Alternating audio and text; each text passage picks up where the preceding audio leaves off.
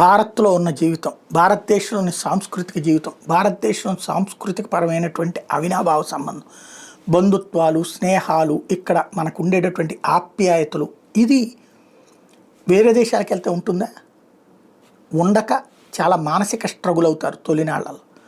ఇప్పుడు అలా కాకుండా విదేశాల్లో ఉన్నటువంటి ఎన్ఆర్ఐలు అందరూ కూడా అక్కడ ఉద్యోగాలు చేస్తూ అక్కడ ఉపాధి పొందుతూ, అది కుటుంబ గ్యాదరింగుల, కుల గ్యాదరింగుల, ప్రాంత గ్యాదరింగుల, రాష్ట్ర గ్యాదరింగుల, ఇలా ఎవరికి వాళ్ళు కలుస్తున్నారు. ఒకప్పుడు ఇండియన్స్ అనే గ్యాదరింగ్ కాస్త ఇప్పుడు కులాల వారి అయింది, వర్గాల వారి అవుతుంది, ఇంటి పేరిట వాళ్ళవి అవుతున్నాయి.